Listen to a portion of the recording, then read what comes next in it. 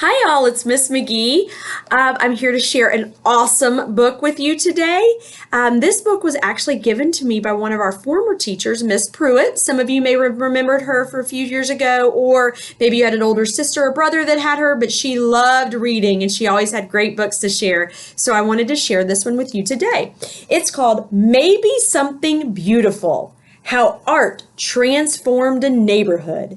It's by Isabel Campoy, Teresa Howell, and illustrated by Rafael Lopez. In the heart of a gray city, there lived a little girl who loved to doodle, draw, color, and paint. Every time she saw a blank piece of paper, Mira thought to herself, maybe. And because of this, her room was filled with color, and her heart was filled with joy. So I could see how pretty all of her paintings are in her room. On her way to school one day, Mira gave a round apple to Mr. Henry, the owner of the shop down the street. She gave a flower to Miss Lopez, the lady with the sparkling eyes. For those of you that remember that might have been here a few years ago, it reminds me of the book Sidewalk Flowers, because in that book, the little girl spreads flowers to gives flowers to everybody to kind of spread joy and kindness, and she's spreading her artwork to spread joy and kindness. She gave a songbird to Mr. Sachs and a red heart to the policeman who walked up and down the streets. On her way home, Mira taped a glowing sun on the wall, hiding in the shadows. Her city was less gray, but not that much. The next day, Mira saw a man with a pocket full of paintbrushes. He gazed at the wall. Gazed. What do you think it means? He gazed at the wall? That's right, he looked at the wall. He looked at her son, and he held his fingers up in a square. And peering through them, really looking, he said thoughtfully. What do you see? Mira asked. Maybe something beautiful, the man replied.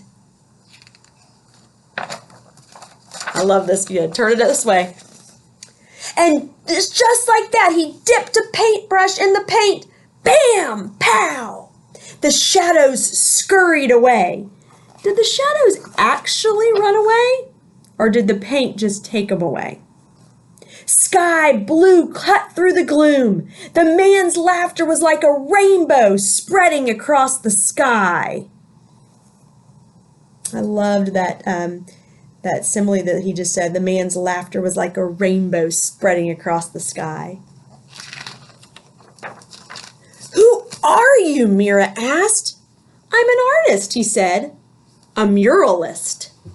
I paint on the walls. I'm an artist too, she told him. He handed Mira a paintbrush. Then come on. If you all know, when you walk in our school building, we have a huge mural on the wall right in our front office that somebody painted a couple years back. Make sure you take a real good look at it if you haven't. It's really awesome with a lot of cool things, and it definitely brightens up our entrance to the school. Mira dipped it into the loudest color she saw. What does loudest color mean? I know that Miss Cordino, Miss Gerard would know what that has taught you that. When it says loud when you're talking about color, it's probably the brightest.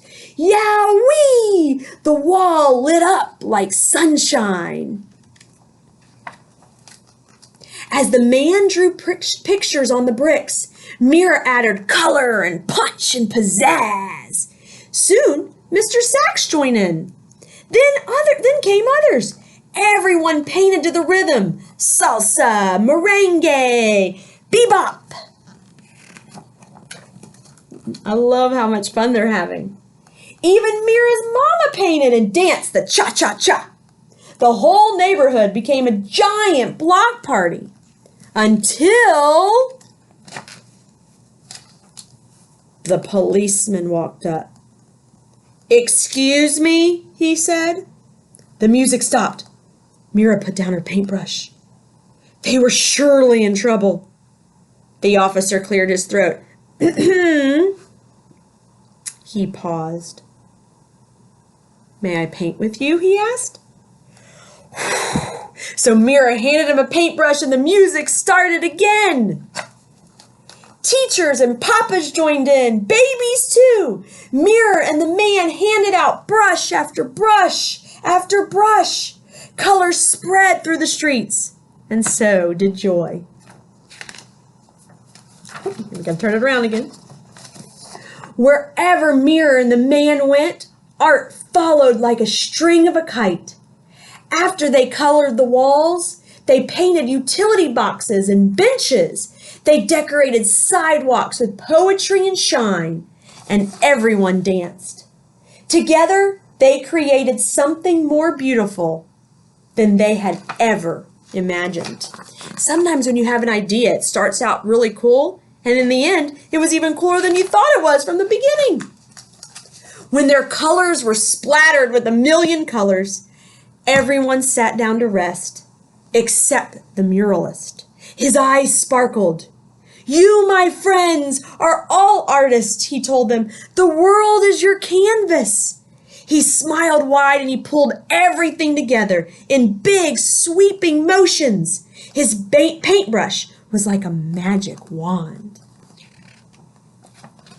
When he was finished, Mira added, one more bird, way up in the sky. Maybe, she thought, just maybe. There it is, the end. And if you see the sun, looks like he's winking at her.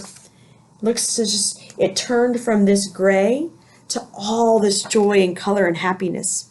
I wonder how you can spread your happiness and joy to the world. It might be through art, or it might be through inventions. It could be through your words, or it could be through so many other things. Think about how you help to spread joy in your world.